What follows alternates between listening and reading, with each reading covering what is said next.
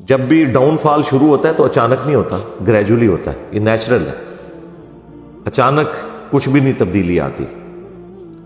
اس کو سپورٹیو حدیث ہے نا ابو داؤد اور ترمذی کے اندر کہ نبی صلی اللہ علیہ وآلہ وسلم نے ایک خواب دیکھا تھا، اور اس خواب کے بعد آپ بہت پریشان ہو گئے تھے۔ خواب آپ نے یہ دیکھا کہ آسمان سے ایک ترازو اتری ہے، یہ میں نے اپنے کربلا والے ریسرچ پیپر میں بھی خواب ڈالا ہوا ہے، اور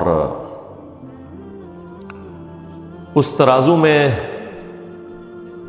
سیدنا ابو بکر اور حضرت عمر کو تولا گیا۔ پہلے نبی علیہ السلام اور حضرت ابو بکر تھے، نبی علیہ السلام کا پلڑا بھاری تھا، پھر سیدنا ابو بکر اور سیدنا عمر کو تولا گیا، حضرت ابو بکر کا پلڑا بھاری تھا۔ اس کے بعد پھر سیدنا عمر اور عثمان کو تولا گیا تو حضرت عمر کا پلڑا بھاری تھا، پھر وہ ترازو اوپر اٹھا لی گئی۔ تو اس حدیث میں یعنی موجود ہے کہ نبی علیہ السلام اس خواب سے پریشان ہوئے، اور ساتھ حدیث کے اندر یہ درج ہے کہ نبی علیہ السلام کو یہ اشارہ دیا گیا تھا کہ آپ کے بعد خلافت بتدریج ملوکیت میں بدل جائے گی، یعنی حضرت عثمان غنی رضی اللہ تعالیٰ عنہ کے مبارک دور سے پہلے معاملات بڑے صحیح چلیں گے۔ حضرت عمر فاروق رضی اللہ تعالیٰ عنہ کی مینجمنٹ آپ کو پتہ ہے کتنی اسٹرانگ تھی، اس لیے ان کا پلڑا بھاری رہا اور پھر وہ میزان اٹھا لیا گیا۔ اس حدیث کو سپورٹیو حدیث بخاری مسلم کے اندر بھی موجود ہے، جو نبی علیہ السلام کے مبارک زمانے میں ایک شخص نے خواب دیکھا تھا۔ اب یہ خواب کوئی بزرگوں والے بیان نہیں ہو رہے، ہم تو خوابوں کے خلاف ہیں کہ خوابوں سے تو نہیں کوئی دین ثابت ہوتا، لیکن پیغمبر کا خواب وحی الہی ہوتا ہے، وہ اسی طریقے سے ہے جیسے اللہ اسے بتا رہا ہے، اس میں شیطان کی کوئی دخل نہیں ہے۔ بخاری مسلم میں حدیث ہے نا کہ خواب نبوت کا 46واں حصہ ہے، تو انبیاء کے جو خواب ہیں وہ ڈیفینیٹ ہوتے ہیں، وحی الہی۔ سورہ الصافات میں آیا کہ حضرت ابراہیم علیہ السلام نے خواب میں دیکھا تھا کہ میں اپنے بیٹے کی قربانی کر رہا ہوں، تو اسی پہ انہوں نے پھر حضرت اسماعیل کو آمادہ کیا، یعنی خواب کے اوپر ایک بندے کو قتل کرنا، اس کے اوپر آمادہ ہو جانا، یہ صرف اسی صورت میں ہے کہ جب وہ وحی الہی ہو، ورنہ تو کوئی انسان دوسرے انسان کو ناحق قتل نہیں کر سکتا بغیر کسی وجہ کے۔ دو ہی استثناء آئی ہیں، فساد فی الارض یا قتل کے بدلے قتل۔ اس لیے آپ دیکھیں جو حضرت موسیٰ اور خضر کا واقعہ آیا ہے سورۃ الکہف کے اندر، اس میں بھی جب وہ بچے کو قتل کر دیتے ہیں، حضرت موسیٰ علیہ السلام اس پر اعتراض کرتے ہیں کہ تم نے نفس کے بغیر ایک دوسرے نفس کو قتل کر دیا۔ تو وہ تو خیر مسئلہ تقدیر کا ایشو تھا، وہ اللہ تعالیٰ نے فرشتوں کے ذریعے موت لینی ہوتی ہے، چاہے حضرت اسرائیل علیہ السلام آئیں یا ان کے بہاف کے اوپر حضرت خضر وہ ڈیوٹی پوری کریں۔ اس سے کسی انسان کا دوسرے انسان کو قتل کرنا ثابت نہیں ہوتا۔ تو انبیاء کرام کے جو خواب ہیں وہ وحی الہی ہوتے ہیں۔ انبیاء کے بعد بخاری مسلم میں آیا کہ میری وفات کے بعد اب نبوت کی خبروں میں صرف مبشرات باقی ہیں۔ پوچھا گیا مبشرات کیا ہیں، تو آپ علیہ السلام نے فرمایا کہ خواب۔ پھر بخاری مسلم میں یہ آیا ہے کہ خواب کی 3 اقسام ہیں، یا تو اللہ کی طرف سے ہوگا یا وہ شیطان کی طرف سے، اور ساتھ ایک تابعی کا قول ابن سیرین کا نقل کیا ہے امام بخاری امام مسلم نے، انہوں نے اسی کی چھوٹی کیٹیگری بتائی کہ یا وہ نفس کی طرف سے ہوگا پھر خواب، یعنی جو انسان سوچتا ہے بعض اوقات وہی چیز خواب کی شکل میں اسے نظر آ جاتی ہے۔ اور ایٹیچیوڈ یہ ہے کہ جب اچھا خواب دیکھیں اللہ کا شکر ادا کریں، اور اگر کوئی برا خواب دیکھتے ہیں تو آپ بائیں طرف 3 دفعہ تھوک دیں، اور اس کا ذکر بھی کسی کے ساتھ نہ کریں، برا خواب اگر کسی کو آتا ہے تو۔ اب یہاں پر اللہ کے محبوب صلی اللہ علیہ وآلہ وسلم کا خواب میں نے بیان کیا، ابو داؤد سے، ترمذی سے، مسند احمد میں بھی یہ خواب موجود ہے۔ ایک اور خواب جو رسول اللہ کے مبارک زمانے میں آیا، وہ حدیث بخاری اور مسلم دونوں میں ہے، وہ میں نے کربلا والے ریسرچ پیپر میں ڈالی ہوئی ہے۔ اس حدیث میں یہ آتا ہے کہ ایک شخص نے خواب دیکھا کہ آسمان سے گھی اور شہد ٹپک رہا ہے اور ایک سائبان بادل نے سایہ کیے ہوئے ہیں اور ایک رسی بھی لٹک رہی ہے.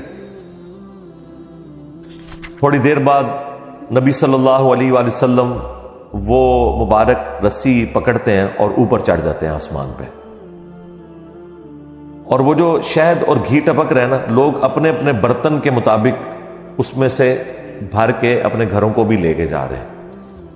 یہ خواب بخاری میں بھی ہے اور مسلم کے اندر بھی. پھر ایک اور شخص اس رسی کو پکڑتا ہے اور وہ بھی آسمان پہ چڑھ جاتا ہے. اور پھر ایک تیسرا شخص اس رسی کو پکڑتا ہے اور آسمان پہ چڑھ جاتا ہے. یعنی نبی صلی اللہ علیہ وآلہ وسلم کے بعد دو اور اشخاص ہیں جو اس رسی کو پکڑ کے آسمان پہ چڑھ جاتے ہیں. جب چوتھا شخص پکڑتا ہے، یعنی نبی الاسلام اور دو اور لوگ اور پھر ایک چوتھا شخص، تو وہ رسی ٹوٹ جاتی ہے. پھر حدیث کے الفاظ ہیں کہ اس شخص نے خواب میں دیکھا کہ وہ رسی دوبارہ سے اس شخص کے لیے جوڑ دی جاتی ہے اور وہ شخص بھی اوپر چڑھ جاتا ہے. جب یہ خواب سنانے والا نبی الاسلام کی بارگاہ میں حاضر ہوا تعبیر پوچھنے کے لیے، تو آپ کی تو مبارک عادت تھی کہ آپ فجر کے بعد خوابوں کی تعبیر ارشاد فرمایا کرتے تھے. اب یہ وہ سنت ہے جس پہ آج کوئی عمل نہیں کر سکتا، نہ کوئی اس کے اوپر کوئی تماشا کھڑا کر سکتا ہے. ظاہر ہے کہ خواب چونکہ نبوت کی خبروں سے ہیں، تو نبی الاسلام کے مبارک زمانے میں تو وحی کا سلسلہ رکا نہیں تھا، تو اللہ کے نبی کو وحی کی تائید حاصل تھی، آپ خواب کی تعبیر بیان فرما سکتے تھے. آج کوئی بھی کرے گا تو وہ اسیسمنٹ ہوگی، غلط بھی ہو سکتی ہے، صحیح بھی ہو سکتی ہے، جب تک کہ وہ خواب کوئی شکل اختیار نہ کر لے اور ایگزیکٹلی ویسا ہو نہ جائے. باقی تو ساروں کی اسیسمنٹ ہے، صحیح بھی غلط بھی، وثوق سے نہیں کوئی کہہ سکتا.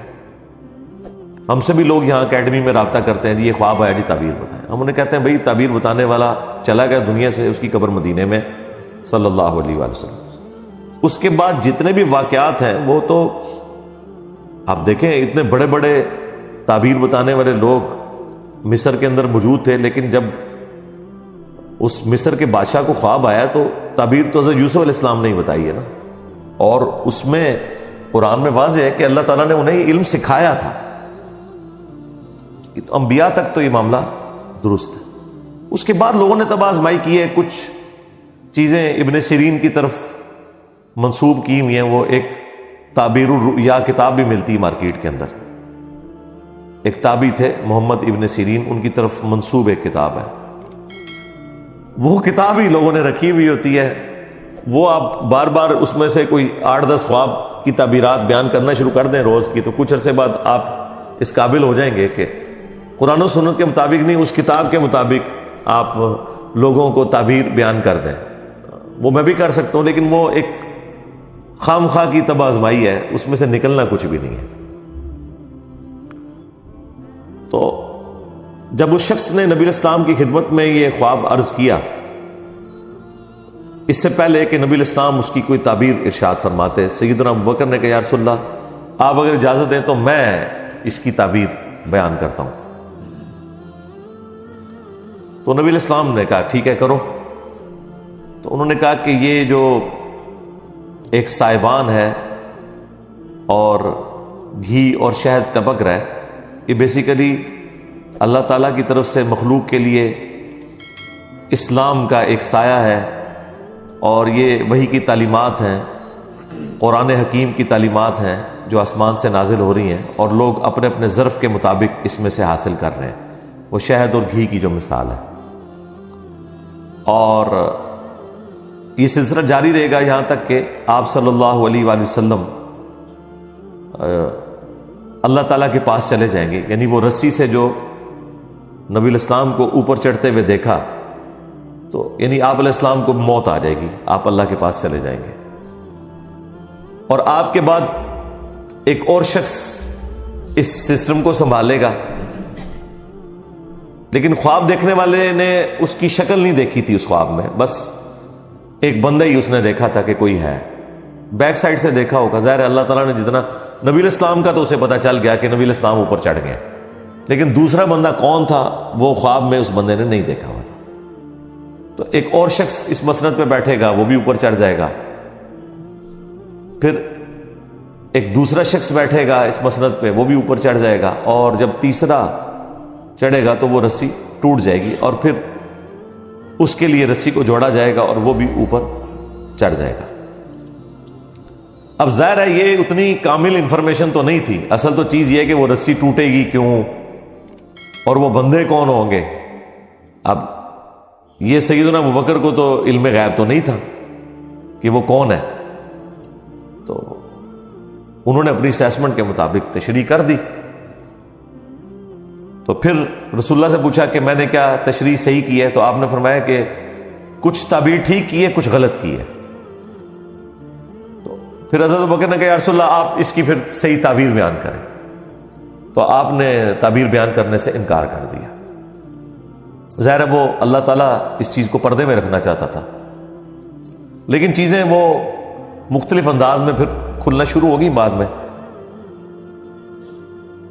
یعنی نبی علیہ السلام نے نام نہیں مینشن فرمایا اس میں یہ کون کون لوگ ہیں, کیونکہ آپ کو پتا تھا کہ میں اس کی تعبیر نہیں, یہ پریکٹیکلی جب ایگزیکیوشن ہوگی تو لوگوں کو خود ہی پتا چل جائے گا کہ یہ کون کون بندے تھے اور کیا کیا ہوا تھا, اور وہ پھر وقت کے ساتھ پتا چل گیا.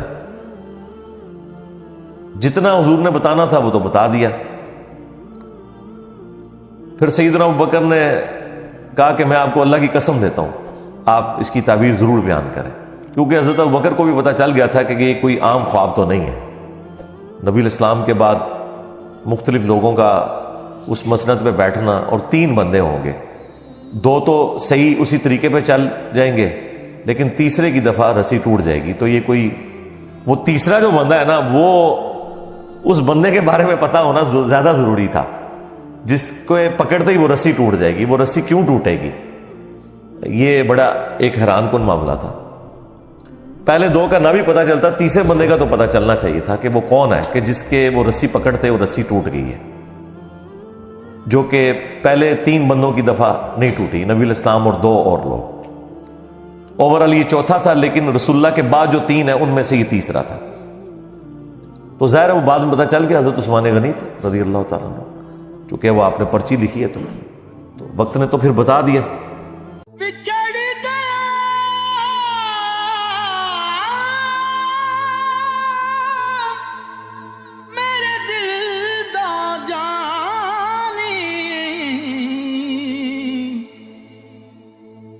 میں ککھوں وانگر رل گئی, پھلاں نال نازک جندڑی میری وچ کنڈیاں دے رل گئی. کم سجنا دے مار مکا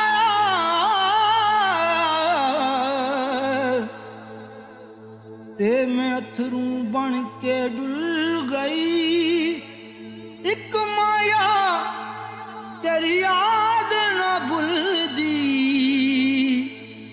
باقی ہر شے جگ دی بھل گئی.